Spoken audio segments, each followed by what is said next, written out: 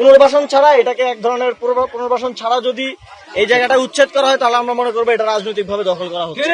তাদের থাকার জায়গাটা পুড়িয়ে দেওয়া হয়েছে, প্রথমে ভাঙচুর করা হয়েছে, পরে পুড়িয়ে দেওয়া হয়েছে, এবং এটার কোনো পূর্ব নোটিশ দেওয়া হয় নাই। যেহেতু আমি স্থানীয় সরকারে ছিলাম, এই ধরনের ক্ষেত্রে তাদেরকে পূর্ব নোটিশ দিয়ে তাদের তালিকাভুক্ত করে তারপরে হচ্ছে তাদের এই বাসস্থানের জায়গাগুলো তাদেরকে সরাই দেওয়া হয়, তাদের সাথে একটা সমঝোতা এবং বোঝাপড়ার ভিত্তিতে, এবং পরবর্তীতে যখন এখানে আবাসন প্রকল্প হবে তখন তাদেরকে ওই তালিকা অনুযায়ী প্রয়োজনের ভিত্তিতে তাদেরকে সেখানে বাসা বরাদ্দ দেওয়া হয়ে থাকে। আওয়ামী লীগের সময় আমরা দেখেছি, মাঝখানে অন্তর্বর্তী সরকারের সময় হয় না, আবার বিএনপির সময় আমরা দেখছি এটা এক ধরনের হোস্টাইল ভাবে করা হয়, সবসময় আগুন লাগিয়ে দিয়ে এটা শেষটা করা হয়। এখানকার বাসিন্দাদের সাথে কথা বললাম যারা ক্ষতিগ্রস্ত হয়েছেন, আমরা আমাদের জিনিসপত্র আসবাবপত্র সরাই নিতাম, তারপরে ভাঙচুরটা করতেন। কিন্তু আমরা দেখলাম প্রথমে 20 তারিখ, গত এই মাসের 20 তারিখে এখানে একটা উচ্ছেদ অভিযান চালানো হলো, কোনো ধরনের নোটিশ না দিয়ে এখানে বিভিন্ন ভারী যন্ত্রপাতি নিয়ে এসে তাদের বাড়িঘর গুলো ভাঙচুর করা হলো।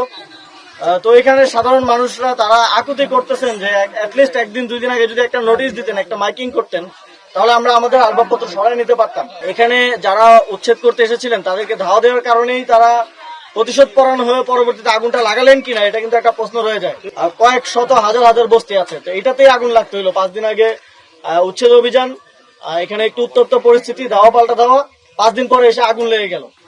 তো এটা আমরা অবশ্যই কোনো স্বাভাবিক ঘটনা হিসেবে দেখি না।